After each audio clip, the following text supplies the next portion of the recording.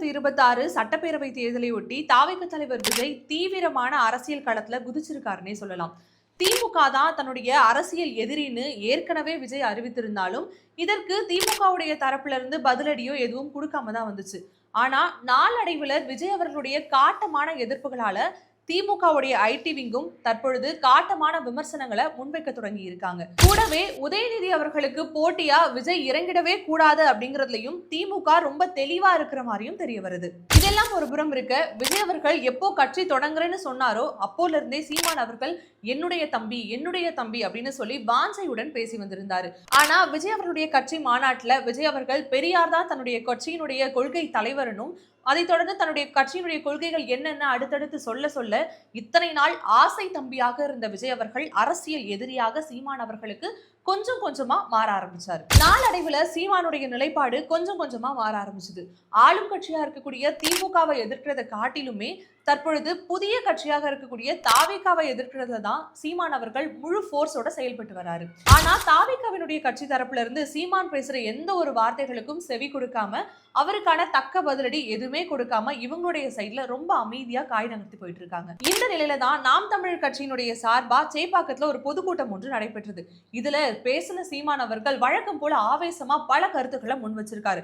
அதுல கூடவே இனிமே யார் வந்தாலும் நான் பாவம் பார்க்க போறதே இல்ல, அரசியலை பொறுத்த வரைக்கும் என்னை எதிர்த்து யார் நிக்கிறாங்களோ அவங்க எல்லாருமே என்னுடைய எதிரிகள் தான் அப்படிங்கிற மாதிரி காட்டமான பல விமர்சனங்களை அடுத்தடுத்து முன் வச்சிருக்காரு. லட்சியத்திற்கும் ரசிகர்கள் கூட்டத்திற்கும் இடையில ஏற்படக்கூடிய போர் இனிமே சண்டை தான், பாத்துடலாம், தமிழ் தேசிய கொள்கைகளை கொண்டிருக்க என்னுடைய சித்தாந்தமா அல்லது சினிமாவா அப்படிங்கிற மாதிரி சொல்லி கூடவே நான் இன்னும் கொலை வெறியில இருக்கேன் அப்படிங்கிற மாதிரியான விஷயங்களையும் இந்த இடத்துல சீமான் அவர்கள் முன் வச்சு பேசியிருந்தாரு. கூடவே எல்லா வேதனைகளுக்கும் சாதனை மட்டும்தான் மருந்து, இனிமே நான் யாரையும் பாவம் பார்க்க போறது கிடையாது, எனக்கு எதிரில் யார் யார் வராங்களோ அவங்க எல்லாரையும் நான் அடிச்சு துவம்சம் பண்ண போறேன்.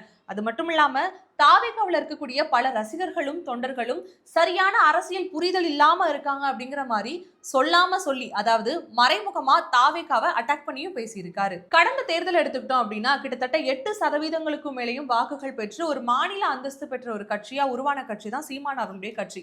ஆனா விஜயுடைய வருகைக்கு பிறகு அந்த 8% வாக்குகள் சிதையவும் வாய்ப்பு இருக்கு அப்படிங்கிறதுனால எங்க நம்மளுடைய அரசியல் செல்வாக்கு கொஞ்சம் நழுவிடுமோ அப்படிங்கிற ஒரு பயத்துலதான் சீமான் அவர்கள் இப்போ நேரடியா எதை பத்தியும் யோசிக்காம விஜய் அவர்களை அட்டாக் பண்ண தொடங்கி இருக்காரு அப்படிங்கிற மாதிரி அரசியல் வட்டாரங்கள்லயும் அரசியல் புரசலா பேசப்படுது. அதே போல விஜய் அவர்களை சமாளிக்க திமுக தரப்பினர்கள் தான் சீமான் அவர்களை இறக்கி இது போல பேச சொல்றாங்க அப்படின்னு ஒரு கூட்டமும், அதெல்லாம் கிடையாது, சீமான் அவர்களுக்கு ஒரு விதமான பயம் இப்ப வந்துருச்சு, அந்த பயத்தினுடைய வெளிப்பாடு காரணமா தான் இப்போ அவர் இந்த மாதிரியான வார்த்தைகள் எல்லாம் முன்வைக்கிறார் அப்படிங்கிற மாதிரி அரசியல் விமர்சகர்களும் ஒரு புறம் பேச தொடங்கி இருக்காங்க. நாம் தமிழர் கட்சியை எடுத்துக்கிட்டோம் அப்படின்னா கட்சிக்குள்ளே நிறைய கேள்விகளும் குழப்பங்களும் எழுது வருது.